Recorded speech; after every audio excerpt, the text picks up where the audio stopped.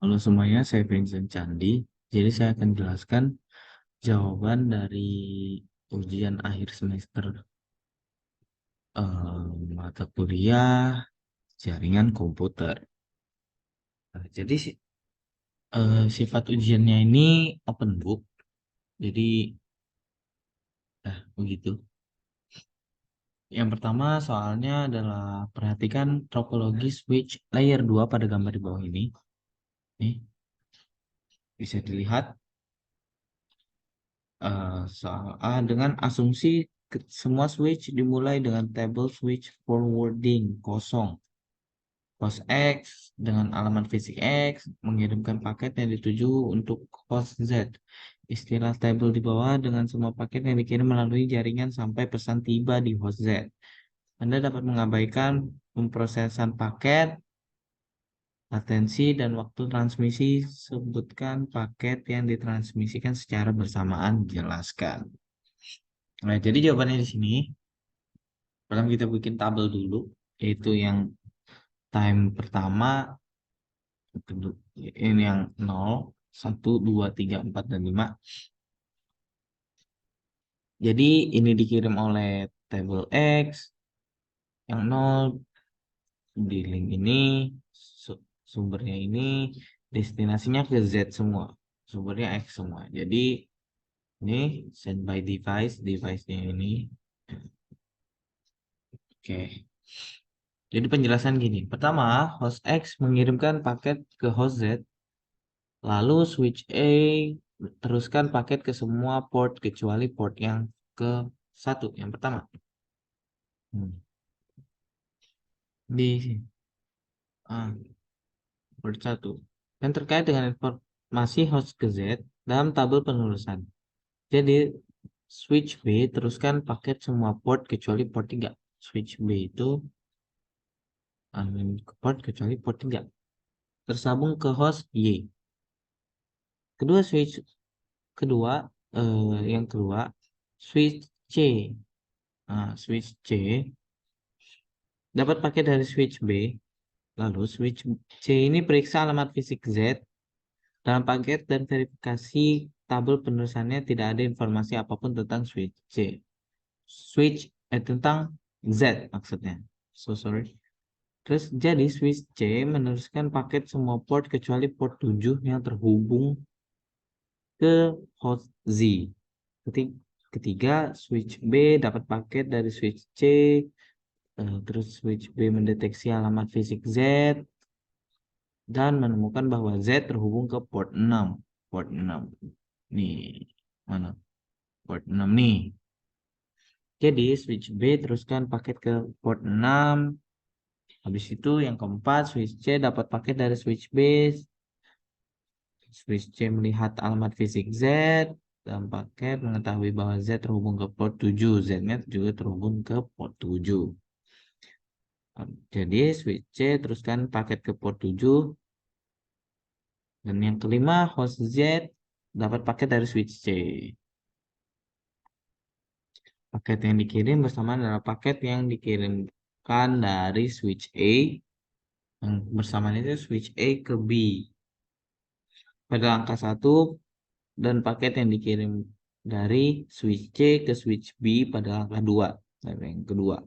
Terus kedua paket dikirim ke port yang sama. Port 3 di switch B. Jadi kedua paket tersebut dikirim melalui kabel yang sama dan pada waktu yang bersamaan juga. Oke, terus yang soal kedua ini istilah tabel forwarding switch B di akhir bagian destination sama portnya. Oke, di akhir bagian destinationnya itu Z dari port A. Terus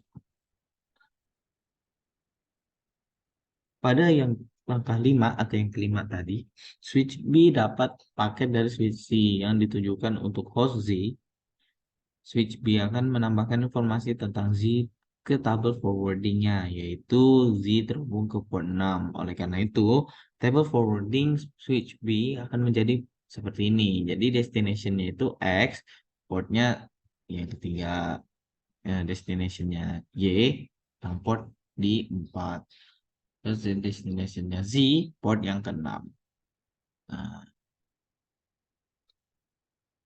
perhatikan bahwa table forwarding switch B hanya berisi informasi tentang host yang terhubung ke port-portnya. Jadi, yang terhubung sama port-portnya itu, switch B itu cuman ada informasi tentang hostnya terhubung di port switch B doang. Gitu. Oke, kita ganti ke soal nomor 2. Nah, ketika tiba di ruang praktikum lab komputasi, Anda menyambungkan kabel ke soket Ethernet untuk pertama kalinya. Administrator jaringan memiliki catatan halaman back Anda dan mesin. Anda dapat bergabung dengan jaringan tanpa tindakan lebih lanjut. Dan misalkan, bisa dibaca di sini alamat Ethernetnya.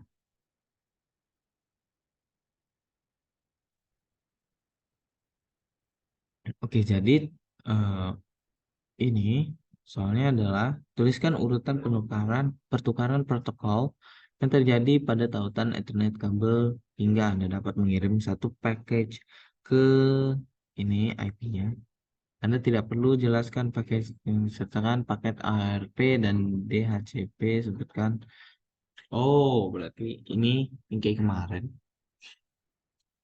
Nah, jadi untuk kirimkan satu package ke alamat ini, ini cara yang begini. Yang pertama, kita akan lakukan percobaan DHCP yang kayak kemarin, yaitu pertama discover, offer, request, lalu yang terakhir, ya itu. Nah, jadi yang pertama, kita akan lakukan percobaan DHCP itu kayak kemarin. Yang pertama discover ke broadcast 255.255.255.255. Lalu meminta alamat IP dari server yang memiliki alamat Ethernet sumber yaitu ini 0A, 0B, dan bisa dibaca di sini sampai 0F. Terus tujuannya adalah eh, tujuannya itu kita umpamakan ini. Jadi di package itu punya alamat punya IP sumber yaitu 00 yang pertama. Terus IP tujuannya itu adalah yang ini 255.255.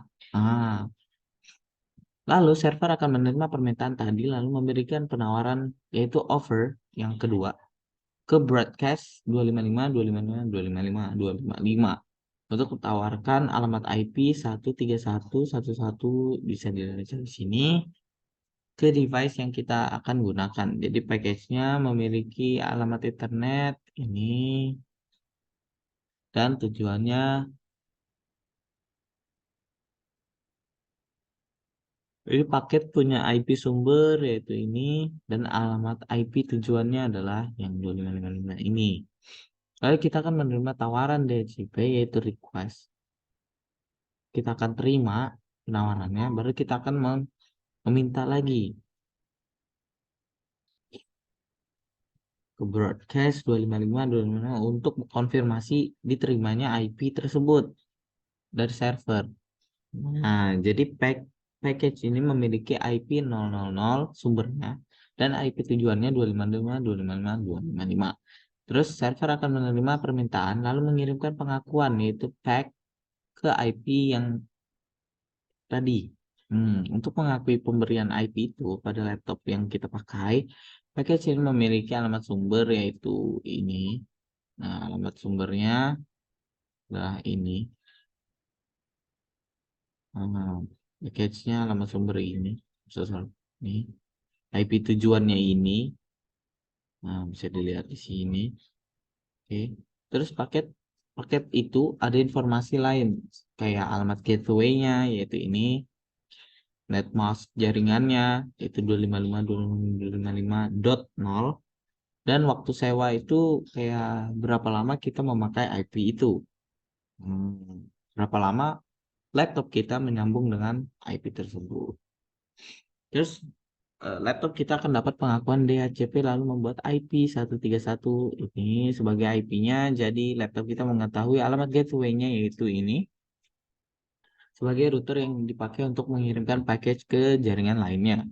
Terus laptop kita akan kirimkan permintaan ARP, yaitu ARP request ke broadcast 255.255.255 untuk menanyakan alamat Ethernet dari IP tersebut. Package ini punya alamat Ethernet yaitu 131 ini, dan IP tujuannya adalah 131 ini. Terus gateway akan dapat permintaan ARP dan mengirimkan balasan ARP yaitu reply ke IP ini untuk memberitahu alamat Ethernetnya, yaitu paket ini punya alamat Ethernet sumber yaitu 131.111.7.1 dan alamat IP tujuannya yaitu yang ini. Terus laptop kita akan terima balasannya ARP dan tahu alamat Ethernet gateway-nya yaitu ini. Jadi laptop kita juga akan menyimpan informasi dalam tabel ARP-nya untuk referensi di masa depan. Terus laptop kita akan kirimkan IP package ke IP ini 128 ini di sini. Ini. Oke, dengan alamat Ethernet dari gateway sebagai alamat Ethernet tujuan, paket ini memiliki alamat Ethernet sumber yaitu 131 ini dan IP tujuannya ini. Jadi package ini punya data yang akan dikirimkan ke ini 128.232.0.20. Terus gateway akan terima IP dan teruskan ke jaringan yang sesuai dengan protokol routing yang sesuai dengan yang cocok untuk ini. Jadi package ini meninggalkan tautan Ethernet kabel dan kita tidak perlu jelaskan paket setelah paket ini meninggalkan tautan. Oke, soal nomor 3. Nih, Alice dan Bob tinggal sebelah rumah, masing-masing memiliki router IPv4, nirkabel dengan NIT-nya terintegrasi. Alice dan Bob menghubungkan laptop mereka ke router nirkabel mereka sendiri, masing-masing menggunakan utilitas sesuai untuk memeriksa alamat IP masing-masing laptop. Mereka menyadari laptop mereka memiliki alamat IP yang sama. Nah, kenapa bisa gitu? Karena NAT itu Network Address Translation adalah mekanisme yang memungkinkan perangkat di jaringan pribadi menggunakan IP publik yang sama saat mengakses Internet. NAT melakukan pemetaan antara IP pribadi dan publik. Jadi memungkinkan perangkat di jaringan pribadi untuk berkomunikasi dengan perangkat di jaringan publik tanpa konflik alamat. Dia alamat IP pribadi adalah IP yang hanya valid di jaringan lokal Anda dan biasanya formatnya itu kayak 192.168 bla bla bla bla bla bla atau 10 bla bla bla bla bla bla bla bla bla. Terus alamat IP public adalah IP yang dapat diakses melalui internet dan biasanya diberikan oleh penyedia layanan internet atau ISP.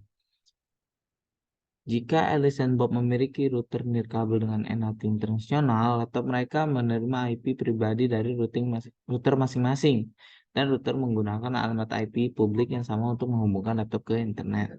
Jadi, laptop Alice dan Bob dapat memiliki IP yang sama, namun alamat IP tersebut hanya valid di jaringan pribadinya masing-masing aja dan tidak bertentangan dengan IP publik yang digunakan oleh router. Terus yang kedua, berikan satu alasan mengapa penyebaran lebih luas dari IPv6 kebutuhan akan perangkat NAT dapat berkurang atau hilang. Oke, salah satu mengapa penyebaran lebih luas dari IPv6 yaitu kebutuhan akan perangkat hilang karena IPv6 memiliki ruang alamat yang jauh lebih besar daripada IPv4. IPv6 menggunakan 128 bit untuk mempresentasikan alamat IP, sedangkan IPv4 hanya 32 bit aja. Jadi ini berarti bahwa IPv6 dapat menampung sekitar 3,4 kali 10 pangkat 38 alamat IP, sedangkan IPv4 hanya dapat menampung sekitar 4,3 kali 10 pangkat 9 alamat IP. Dengan jumlah IP yang sangat besar, IPv6 dapat memberikan alamat IP unik setiap perangkat yang terhubung internet tanpa perlu berbagi alamat IP publik dengan perangkat lain. Nah, dengan demikian, kebutuhan akan NAT dapat berkurang atau hilang karena tidak ada lagi masalah kehabisan alamat IP publik atau konflik alamat IP antara jaringan pribadi dan publik. Oke, yang nomor 3, berikan satu alasan bahwa penggunaan IPv6 mungkin ingin terus digunakan NAT mereka. Oke. Salah satu alasan bahwa penggunaan IPv6 memungkinkan ingin terus menggunakan NAT mereka adalah karena NAT dapat memberikan manfaat keamanan bagi jaringan pribadi. NAT dapat menyembunyikan alamat IP pribadi dari perangkat di jaringan pribadi dari perangkat perangkat di jaringan publik, sehingga perangkat di jaringan pribadi tidak dapat diidentifikasi atau dilacak dengan mudah oleh perentas atau penyusup. Gitu. Oke. Maksudnya nomor 4, setelah diteliti lebih lanjut, ternyata kedua rute yang memiliki menggunakan saluran yang sama meski SSID berbeda. Oke. Ini penjelasannya agak panjang, jadi langsung aja. Jika dua router Wi-Fi sama Alice itu gunakan saluran Wi-Fi yang sama, meskipun memiliki SSID yang sama, gangguan dapat terjadi dan mempengaruhi kinerja jaringan Wi-Fi. Interferensi ketika sinyal nirkabel dari router berbeda bertabrakan atau saling mengganggu sehingga mengakibatkan interferensi atau kehilangan data.